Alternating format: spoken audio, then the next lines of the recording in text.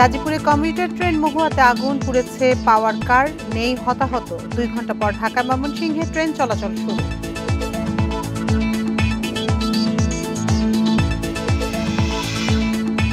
সড়ক নিরাপত্তা নিশ্চিত, যাত্রী হয়রানি রোধে কুমিল্লা, চট্টগ্রাম সহ কয়েক জেলায় বিআরটি এর অভিযান। বাড়তি ভাড়া সহ নানা অভিযোগে জরিমানা।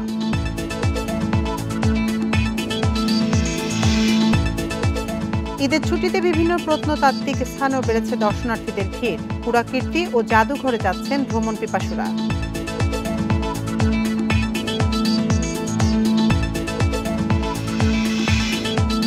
বর্ষার আগেই জলাবদ্ধতা নিরসনে চমক দেখাতে চায় চট্টগ্রাম সিটি কর্পোরেশন। অন্তত অর্ধেক দুর্ভোগ কমানোর আশা।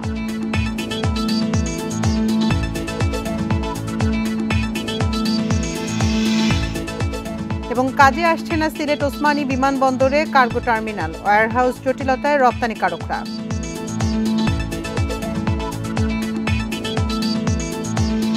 বান্ডেল থাকলে প্রতি সেনমানিতে টাকা বাঁচবে। বিকাশ সেনমানি বান্ডেল কিনে জিতুন প্রতি লেনদেনে। স্বাগত সমগ্র বাংলাদেশ, আপনাদের সাথে আছি আমি আতিফা জুমান। শিরোনাম শুনছিলেন এতক্ষণ, এবার চলে যাচ্ছে পুরো খবরে। গাজীপুর শ্রীপুরে আগুনে পুড়ে গেছে কমিউটার ট্রেন মহুয়ার পাওয়ার কার। সকাল 10:30টায় উপজেলার সাতখামাইর এলাকায় ময়মনসিংহগামী ট্রেনটিতে এ ঘটনা ঘটে।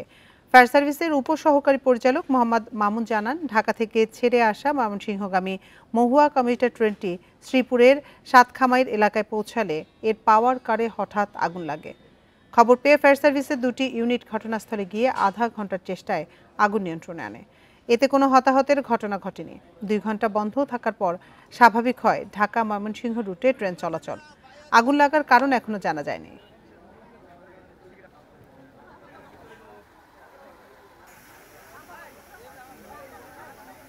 আমরা তাৎক্ষণিক দ্রুত ব্যবস্থা নিয়ে 11:50-এর মধ্যে আগুনটাকে নিয়ন্ত্রণ করতে সক্ষম হই।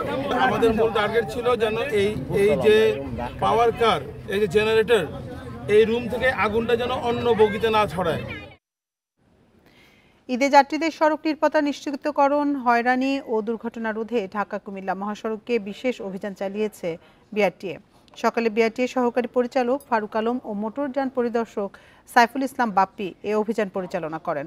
নির্বাহী ম্যাজিস্ট্রেট রতন কুমার দত্ত জানান, ঈদ পরবর্তী যাত্রীদের সড়ক নিরাপত্তা নিশ্চিত ও দুর্ঘটনা ঝুঁকি রোধে কাজ করছে বিআরটিএ। এরই ধারাবাহিকতায় সড়ক আইন না মানায় 8টি মাইক্রোবাস ও প্রাইভেট কারকে 27,500 টাকা জরিমানা করা হয়।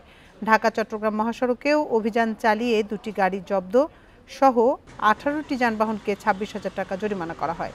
খুলনায় টিকিটের দাম বেশি রাখা ও মূল্য তালিকা না টানানোর অপরাধে 3 প্রতিষ্ঠানকে 45,000 এবং রাজশাহীতে অতিরিক্ত ভাড়া রাখায় হানিফ পরিবহনকে 20,000 টাকা জরিমানা করা হয়।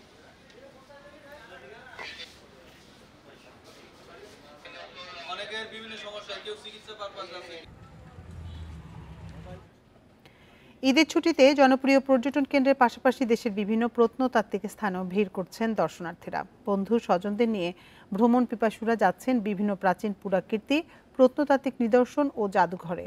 ঈদের ছুটিতে ঘুরতে আসা দর্শনার্থীদের নিরাপত্তায় সজাগ ট্যুরিস্ট পুলিশ। ঈদের টানা ছুটিতে দেশের প্রাচীনতম প্রত্নতাত্ত্বিক স্থাপনা বগুড়ার মহাস্থানগড়ে আসছে বিপুল সংখ্যক দর্শনার্থী। দেশের প্রাচীন ইতিহাস আর ঐতিহ্য জানতে জাদুঘরে রাখা হাজারো নিদর্শন ঘুরে দেখছেন তারা। এখানে এসেছি সবার সঙ্গে, আমার খুব ভালো লেগেছে এখানে এসে। যেহেতু আমাদের ইতিহাস ঐতিহ্যের একটি অংশ, তো আরো ভালো লেগেছে এখানে এসে। এবারের ঈদের ছুটিতে 7,000-এর বেশি দর্শনার্থীর আগমন হতে পারে বলছে কর্তৃপক্ষ। ইতিহাস ঐতিহ্য এবং প্রত্নতাত্ত্বিক দিক থেকে খুবই প্রাচীন। সারা বছর এখানে প্রচুর দর্শনার্থী আসে। এছাড়াও 2 ঈদে প্রচুর দর্শনার্থী এই ইতিহাস ঐতিহ্যকে জানার জন্য মহাস্থান ঘরে আসে। কুমিল্লার লালমাই পাহাড়কে ঘিরে শালবন বিহার, রূপবান মুরাসহ প্রত্নতাত্ত্বিক নিদর্শনগুলোতে মানুষের ঢল। লালমাটির পাহাড়ের পাদদেশে বৌদ্ধ বিহারগুলো দেখতে কুমিল্লা ছাড়াও দেশের বিভিন্ন জেলা থেকে এসেছেন দর্শনার্থীরা। আমি আমার ফ্যামিলির সবাই, আমার বোনের হাজবেন্ড, আমার হাজবেন্ড, আমরা সবাই একসাথে আসছি। আমার ভাতিজি ভাগ্নি আছে, তাদের এই প্রথম। তারা অত্যন্ত খুশি যে এত সুন্দর একটা জায়গা দেখতে পেরে, বিশেষ করে ঐতিহ্যবাহী জায়গা। কুমিল্লা ট্যুরিস্ট পুলিশ কুমিল্লা জোনের পক্ষ থেকে সার্বিক নিরাপত্তা দেওয়ার চেষ্টা করছি এবং সার্বক্ষণিক আমাদের পোশাকধারী প্লাস সাদা পোশাকে আমাদের পুলিশ বিচরণে আছে। নারায়ণগঞ্জের সোনারগাঁয়ের বিভিন্ন পর্যটন কেন্দ্রেও দর্শনার্থীদের সমাগমে মুখর। বাংলাদেশ লোক কারুশিল্প ফাউন্ডেশন, পানামা নগরী ও বাংলার তাজমহল সহ বিভিন্ন স্থানে পরিবার পরিজন নিয়ে ঘুরছেন দর্শনার্থীরা। পরিচিত হচ্ছেন বাংলার প্রাচীন ঐতিহ্যের সাথে। জাদুঘরে এসেছি, এখানে খুব ভালো লাগছে, ঘোরাফেরা করলাম। বাগেরহাটের বিশ্ব ঐতিহ্য ৭ গম্বুজ মসজিদেও পরিবার নিয়ে ঘুরতে এসেছেন নানা বয়সী মানুষ। রাজশাহীর পুঠিয়ার রাজবাড়ী জাদুঘরেও আছে দর্শনার্থীদের ভিড়। তাপস সরকার, ইন্ডিপেন্ডেন্ট নিউজ। এ নিয়ে আরো জানাতে এবার রাজশাহী থেকে আমাদের সাথে যোগ দিচ্ছেন সহকর্মী আহসান হাবিব অপু। অপু, রাজশাহীতে বিনোদন কেন্দ্রগুলোর পাশাপাশি বরেন্দ্র গবেষণা জাদুঘরে দর্শনার্থীদের উপস্থিতি কেমন দেখছেন? ঘুরতে এসে কি বলছেন তারা?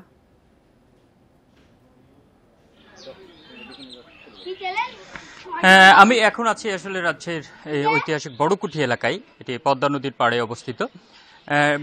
বিভিন্ন জায়গায় যে বিনোদন কেন্দ্রগুলো সেগুলোতে যেমন ঘুরছে মানুষ, এই যে প্রত্নতত্ত্ব নিদর্শন দেখার জন্য কিন্তু বিভিন্ন জায়গাতে আসছে। তবে রাজশাহী বরেন্দ্র গবেষণা জাদুঘর সেটি মূলত রাজশাহী বিশ্ববিদ্যালয়ের ছুটির সাথে তাল মিলিয়ে এটির খোলা থাকে বা বন্ধ থাকে। সেই অনুযায়ী মূলত দর্শনার্থীরা, এখন যে দর্শনার্থী তারা ঘুরছেন বিভিন্ন বিনোদন কেন্দ্রে।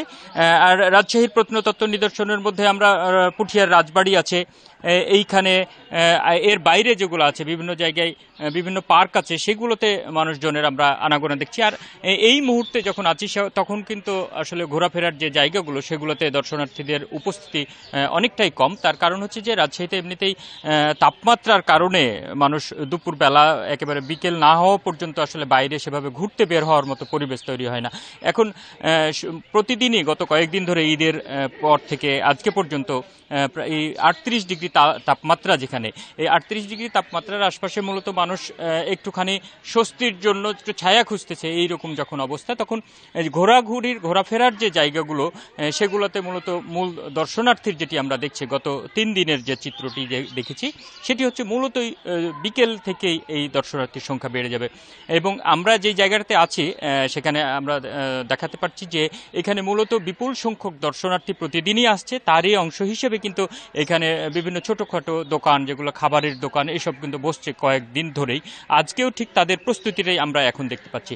পদ্মা নদীর ধারটা, যেটি আমরা এখন যে জায়গাতে আছি, মূল রাজশাহীতে বিনোদন প্রেমী যারা ঘুরতে পছন্দ করেন তাদের কিন্তু ঘোরার যে জায়গাগুলো আছে, বিভিন্ন পার্ক যে কয়টা আছে বা অন্যান্য যে দর্শনীয় স্থান যেগুলো আছে, তার মধ্যে সবচাইতে জনপ্রিয় জায়গাটি হচ্ছে পদ্মা নদীর পাড়। এখানে বিস্তীর্ণ এলাকা, প্রায় 5-6 কিলোমিটার জায়গা জুড়ে মূলত পদ্মার ধারে মানুষজনের আগমন ঘটছে। এবং আমরা গত 2-3 দিন যেটি দেখেছি যে বিপুল সংখ্যক মানুষ, একেবারে সন্ধ্যার সময় যেটি হচ্ছে সর্বোচ্চ সংখ্যক মানুষের উপস্থিতি দেখতে পাচ্ছি। এবং এই যে নদীর ধারে এখানে হাঁটাহাঁটির মতো লোক মানে জায়গা থাকে না, এরকম অবস্থা, মানে হুড়োহুড়ির একটা পরিবেশ তৈরি হচ্ছে। এবং এইখানে যারা আছে, বিক্রেতারা যারা প্রস্তুতি নিচ্ছে, তাদের সাথেও আমি কথা বলছিলাম।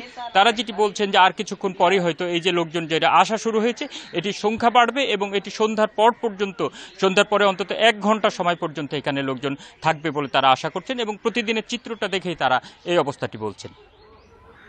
অপু, আপনি সাথে থাকুন। এবার আমরা যেতে চাই বগুড়ায়। সেখানে আছেন আমাদের সহকর্মী হাসিবুর রহমান। হাসিবুর রহমান, দেশের প্রাচীনতম প্রত্নতাত্ত্বিক স্থাপনা বগুড়ার মহাস্থানগড়ে দর্শনার্থীদের ভিড় কেমন দেখছেন?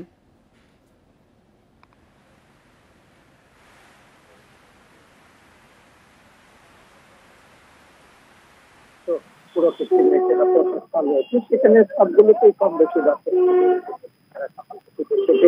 এবং একটু আগে আমি প্রত্নতত্ত্ব অধিদপ্তরের কথা বলেছি, তারা যেটি আমাকে বলেছেন যে মহাস্থানগড়, আপনি জানেন যে এটি অধিদপ্তরের কথা বলেছি, তারা যেটি আমাকে বলেছেন যে মহাস্থানগড়, আপনি জানেন যে এটি যীশু খ্রিস্টের জন্মেরও আগে এখানে বসতির চিহ্ন পাওয়া গেছে। সেখানে আজ পর্যন্ত প্রায় 35,000-এর মতো দর্শনার্থী রয়েছেন। গত 3 দিনের ছুটিতেই মূলত এই দর্শনার্থীদের উপস্থিতি তারা গুনতে পেরেছে। তাদের বিভিন্ন জায়গায় যে টিকিট কাউন্টার আছে সেখান থেকে হিসাব দিয়েছে। আর মহাস্থানগড়ই এমন একটি প্রত্নতত্ত্ব সাইট যেখানে মৌর্য, পূর্ব, গুপ্ত, পাল, সেন, মুসলিম এমনকি শুঙ্গ আমলেরও কিছু নিদর্শন আমরা এখানে পাই, যে কারণে এটির গুরুত্ব ইতিহাস আর ঐতিহ্যের কাছাকাছি যারা থাকে তাদের কাছে খুবই বেশি। এর বাইরেও আমরা বেশ কিছু প্রত্নতাত্ত্বিক সাইটের কথা জানি। আপনি জানেন যেটিকে ভাসবিহার বলা হয়, মূলত এটা বেহুলার বাসরঘর হিসেবেই পরিচিত, সেখানেও বিপুল সংখ্যক দর্শনার্থী রয়েছে। এর বাইরেও একটি রয়েছে যেটি বেহুলার বাসরঘরের চাইতেও গুরুত্বপূর্ণ একটি সাইট, যেটি আমরা বলি যে যেখানে একসময় হিউয়েন সাং এসেছিলেন, সেই গোকুল মেদ বা তারপরের যে সাইটগুলো সেখানেও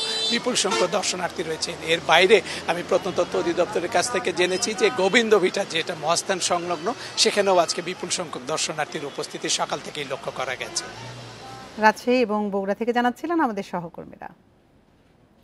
এদিকে ঈদের চতুর্থ দিনেও দর্শনার্থী সমাগমে মুখর বিভিন্ন পর্যটন কেন্দ্র। পরিবার পরিজন নিয়ে আনন্দ উৎসবে মেতেছেন ভ্রমণ প্রেমীরা।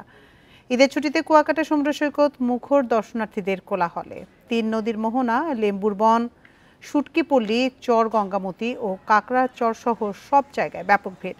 সমুদ্রের ঢেউয়ে ভিজে উল্লাসে মেতেছেন অনেকেই। খাগড়াছড়ির বিভিন্ন পর্যটন কেন্দ্র ঘুরে দেখছেন পর্যটকেরা।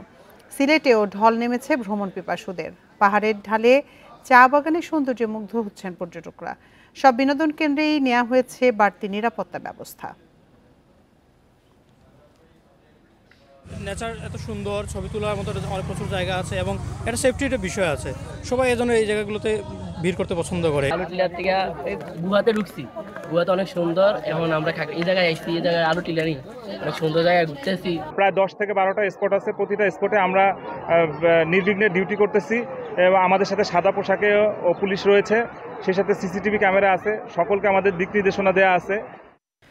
মাদারীপুরের শিবচরে বৃদ্ধ ভ্যানচালক সাইদ মোল্লাকে গলা কেটে হত্যা করা হয়েছে। এই ঘটনায় সৈকত ঢালি নামে এক যুবককে আটক করা হয়েছে। বুধবার রাতে উপজেলার তালতলা এলাকায় এ ঘটনা ঘটে। পুলিশ জানায় রাতে তালতলা এলাকায় রাস্তার পাশ থেকে সাইদ মোল্লার মরদেহ পড়ে থাকতে দেখে পুলিশকে খবর দেয় স্থানীয়রা। এ সময় তার ভ্যানটি নিয়ে পালিয়ে যাওয়ার সময় সৈকত ঢালি নামে এক যুবককে আটক করে গণধোলাই দেয় তারা। পরে পুলিশ গিয়ে মরদেহ উদ্ধার ও সৈকতকে নিজেদের হেফাজতে নেয়। ছিনতাইকৃত ভ্যান ও একটি ছুরি উদ্ধার করা হয়েছে। এদিকে ঝিনাইদহের কালীগঞ্জে পূর্ব শত্রুতার জেরে প্রতিপক্ষের রডের আঘাতে আবু তালেব নামে একজন নিহত হয়েছেন। এ ঘটনায় আহত হয়েছেন নিহতের শ্বশুর। ঘটনায় জড়িত রুবেল হোসেনকে আটক করেছে পুলিশ।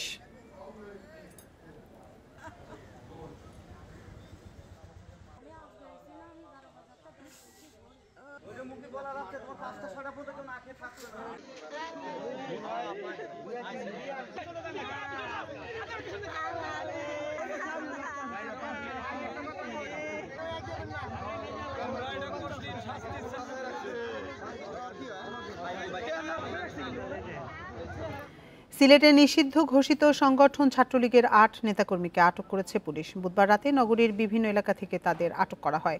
পুলিশ জানায় বুধবার নগরীর ধোপা দিঘির পাড় এলাকায় মিছিল ও লিফলেট বিতরণ করে নিষিদ্ধ ঘোষিত সংগঠন ছাত্রলীগ। 10 থেকে 15 জনের একটি দল মহানগর ছাত্রলীগের ব্যানারে এই মিছিল বের করে। মিছিলের ভিডিও সামাজিক যোগাযোগ মাধ্যমে ভাইরাল হলে সমালোচনা শুরু হয়। পরে তাদের ধরতে অভিযান শুরু করে আইনশৃঙ্খলা রক্ষাকারী বাহিনী। এ সময় মিছিলে নেতৃত্ব দেয়া সাফায়েত খান সহ 8 জনকে আটক করা হয়।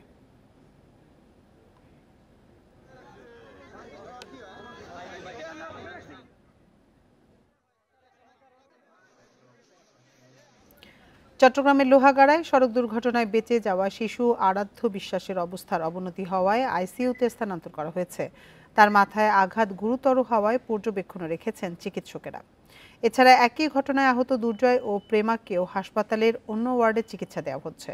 হাসপাতাল পরিচালক তসলিম উদ্দিন জানান, আহতদের চিকিৎসায় সর্বোচ্চ গুরুত্ব দেওয়া হচ্ছে। তাদের চিকিৎসার ব্যয় হাসপাতাল কর্তৃপক্ষ বহন করছে। এদিকে আহতদের দেখতে দুপুরে চট্টগ্রাম মেডিকেলে গেছেন দুর্যোগ ও ত্রাণ উপদেষ্টা। এ সময় আহতদের উন্নত চিকিৎসায় সব ধরনের ব্যবস্থা নিতে নির্দেশ দেন তিনি। গ্র্যাজুয়ালি ইমপ্রুভ করতেছে, আর 26-এ যেটা আছে সেটাই আরও খুব ভালো, ডিসিএস লেভেল অফ 15 এবং ট্রিটমেন্ট সবগুলো হাসপাতাল থেকে বেয়ার করা হচ্ছে।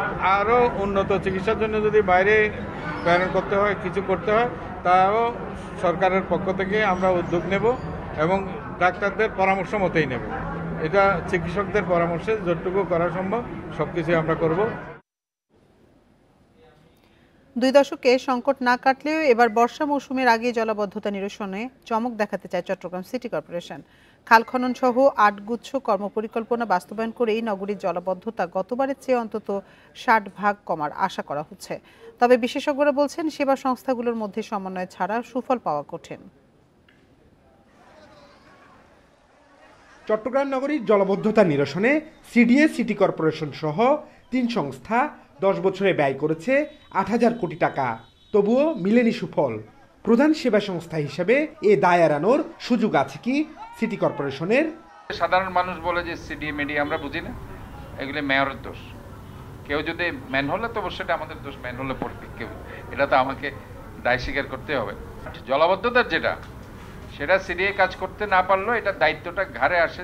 সংকট উত্তরণে এবার 8 দফা অ্যাকশন প্ল্যান নিয়ে এগুচ্ছে সিটি কর্পোরেশন।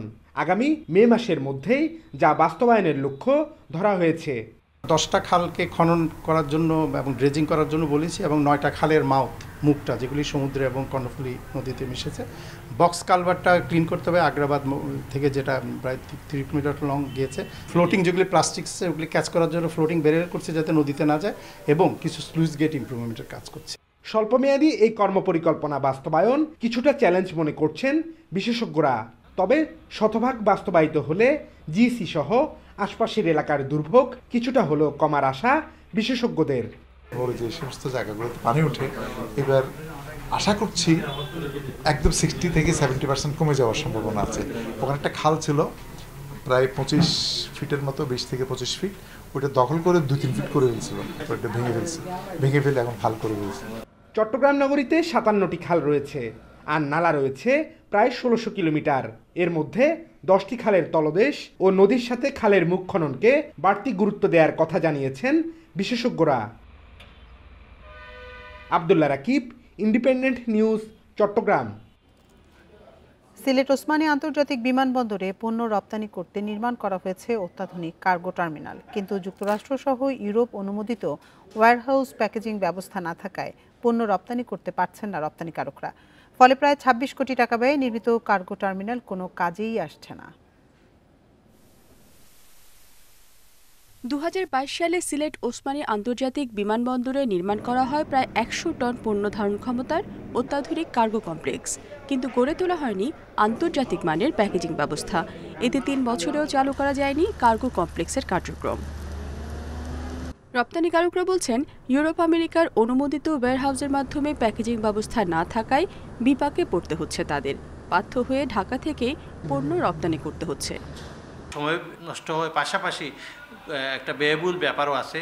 তাছাড়া ওইটা সবজির সতেজতা যেটা আছে ওইটা নষ্ট হয়ে যায়, যার কারণে ওইটার কোয়ালিটি ঠিকঠাক থাকে না। ব্যবসায়ীরা বলছেন, সিলেট অঞ্চলের শাকসবজি, আনারস, লেবু জাতীয় ফল, সাতকরা, হিমায়িত মাছ, সুগন্ধি চাল, বেতের আসবাব, নকশি কাঁথা এবং কুটির শিল্পের বিশাল বাজার রয়েছে ইউরোপ, আমেরিকা ও মধ্যপ্রাচ্যে। সঠিক উদ্যোগ নেওয়া হলে এগুলো রপ্তানি বাড়ানো সম্ভব। আমি মনে করি যে সিলেটে একটি কার্গো প্যাকেজিং সিস্টেম চালু করা উচিত, ল্যাব চালু করা উচিত, তারপরে রপ্তানির ব্যবস্থা গ্রহণ করা উচিত। সরকার যদি মনে করে যে এই মুহূর্তে এই টাকা ইনভেস্ট করা সম্ভব না, সরকার পিপিপি পদ্ধতিতে আমাদেরকে পার্টনার বানিয়ে ওই ব্যবসা চালু করতে পারবে। বেসরকারি বিমান চলাচল কর্তৃপক্ষ বলছে, কার্গো টার্মিনাল পুরোপুরি চালুর জন্য প্রস্তুতি শেষ পর্যায়ে। দ্রুত আন্তর্জাতিক মানের প্যাকেজিং ব্যবস্থা চালুর মাধ্যমে সচল করা হবে টার্মিনাল। আমরা যদি সিলেটের থেকে একটা শুরু করতে পারি তাহলে আমাদের চাপ কমে যাবে এবং এই এরিয়ার যত লোড আছে আমরা পাঠাতে পারবো। প্লাস আমাদের জানেন যে আমাদের কৃষি পণ্যের ব্যাপারে একটা আছে, আমরা যেগুলো পাঠাতে পারছি না। আমাদের বিদেশি যে এয়ারলাইন্সগুলো আসবে এবং যে কোম্পানি আছে প্রত্যেকের সাথে কথা হয়েছে, তারা এখানে ইন্সপেকশনও করে গেছে, satisfied. Now it is a matter of time to start. Cargo টার্মিনালের মাধ্যমে পণ্য রপ্তানির সুযোগ বাড়লে সুফল পাবে পুরো অঞ্চলের অর্থনীতি। Independent news. সাতক্ষীরার আশাশুনির খোলপেটুয়া নদীর ভেঙে যাওয়া বেড়িবাঁধ মেরামত করছে সেনাবাহিনী। পানি উন্নয়ন বোর্ড ও স্থানীয়দের সাথে নিয়ে বালি ভর্তি টিউব বসানোর কাজ করছেন তারা। এছাড়া 55 পদাতিক ডিভিশনের ইঞ্জিনিয়ার্স ব্যাটালিয়নের একটি দলও বাঁধ মেরামতের কাজে যোগ দিয়েছে। এর আগে সোমবার সকালে খোলপেটুয়া নদীর 150 ফুট বেড়িবাঁধ ভেঙে বিছট, বল্লভপুর সহ 6টি গ্রাম প্লাবিত হয়। এতে 5000 হেক্টর জমির বাগদাঘের ও 1000 হেক্টর বোরো ধান তলিয়ে যায়। ডুবে যায় শতাধিক বসত বাড়ি। ঘরবাড়ি হারিয়ে নিঃস্ব এসব পরিবারের দাবি টেকসই বেড়িবাঁধ নির্মাণের।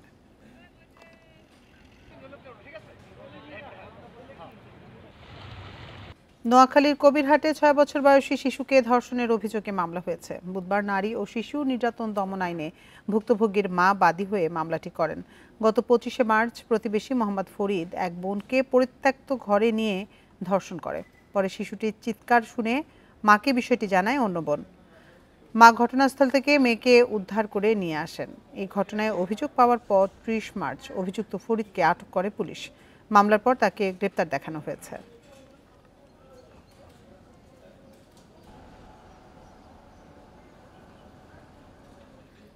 আনন্দঘন পরিবেশে কুমিল্লার বিপুল আশার আহমদ উল্লাহ উচ্চ বিদ্যালয়ের হীরক জয়ন্তী উৎসব পালিত হয়েছে। সকালে উৎসবের উদ্বোধন করেন সাবেক সচিব ও রাষ্ট্রদূত শাহাবুল্লাহ। এ উপলক্ষে সকালে একটি র্যালি বের হয়। র্যালিটি বাজারে বিভিন্ন সড়ক ঘুরে স্কুল মাঠে গিয়ে শেষ হয়। পরে জাতীয় সঙ্গীতের মাধ্যমে জাতীয় পতাকা উত্তোলন করা হয়। আগতদের ফুলেল শুভেচ্ছা ও হীরক জয়ন্তী উৎসবের ব্যাচ পরিয়ে দেয়া হয়। এ সময় প্রাক্তন শিক্ষার্থীরা তাদের স্কুল জীবনের স্মৃতিচারণ করেন। এদিকে মাগুরা সরকারি উচ্চ বিদ্যালয়ের ১৭০ বছর পূর্তি উপলক্ষে শিক্ষার্থীদের ঈদ পুনর্মিলন অনুষ্ঠিত হয়েছে। এতে স্কুলের প্রাক্তন ও বর্তমান শিক্ষার্থীরা অংশ নেয়। এছাড়া পিরোজপুরের স্বরূপকাঠি কলেজিয়েট একাডেমির ৫০ বছর পূর্তি উপলক্ষে পুনর্মিলনী অনুষ্ঠিত হয়েছে।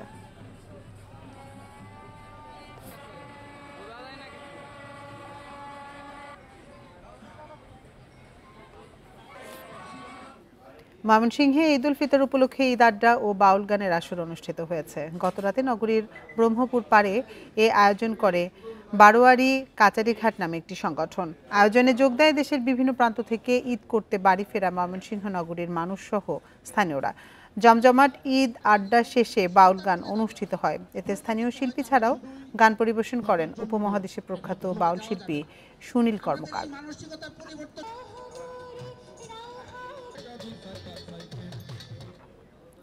কিশোরগঞ্জের মিঠামইন হাওরে ঘোড়াউত্রা নদীর উপর নির্মিত হচ্ছে জেলার সবচেয়ে বড় পাকা সেতু। নির্মাণ কাজ শেষ হলে যোগাযোগ উন্নতির পাশাপাশি গতি আসবে অর্থনীতিতে, বাড়বে জীবনযাত্রার মানও। কিশোরগঞ্জের ঘোড়াউত্রা নদীতে সেতুর অভাবে দুর্ভোগে হাজারো মানুষ। নৌকায় নদী পার হয়ে সদরের সঙ্গে সড়কপথে যোগাযোগ করতে হয় পর্যটক সহ হাওরবাসীকে। এমন বিড়ম্বনা দূর করতে সেতু নির্মাণে উদ্যোগ নেয় সরকার।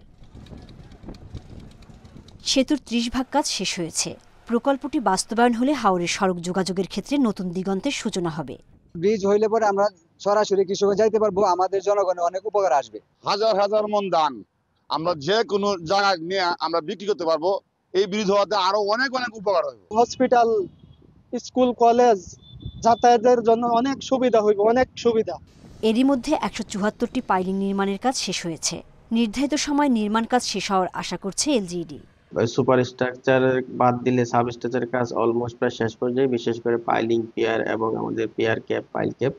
আশা করতেছি নির্দিষ্ট সময়ের মধ্যে আমরা কাজটা শেষ করে জনগণের জন্য এটা খুলে দিতে পারবো। ১.২ কিলোমিটার দৈর্ঘ্যের সেতু নির্মাণে খরচ ধরা হয়েছে ১৪৬ কোটি টাকা।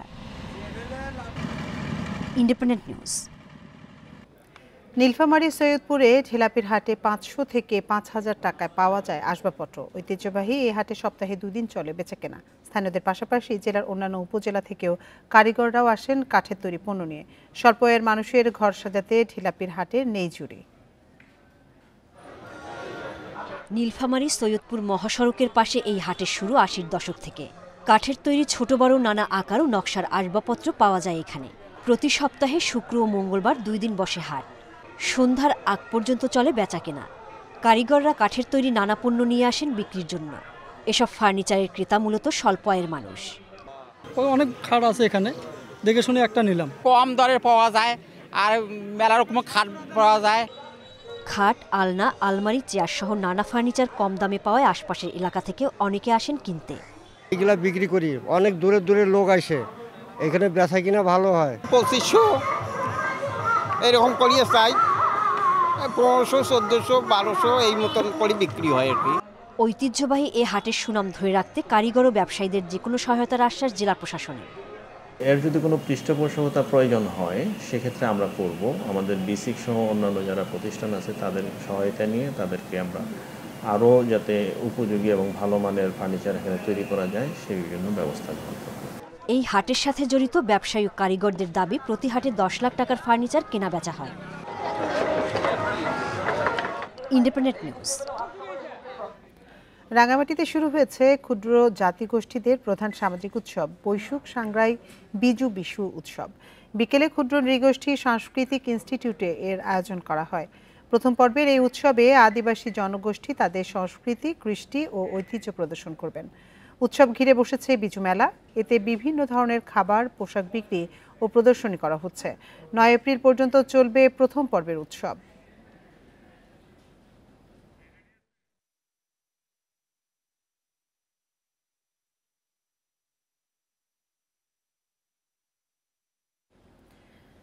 এ নিয়ে আরো জানাতে রাঙামাটি থেকে আমাদের সাথে যোগ দিচ্ছেন সহকর্মী হিমেল চাকমা। হিমেল চাকমা, এই উৎসবের আয়োজন কেমন দেখছেন, আর বিজু মেলায় দর্শনার্থী সমাগম কেমন? আসলে সবাইকে বৈশুখ সাংগ্রাই বিজুর শুভেচ্ছা রাঙ্গামাটির ক্ষুদ্র নৃগোষ্ঠী সাংস্কৃতিক ইনস্টিটিউট প্রাঙ্গণ থেকে।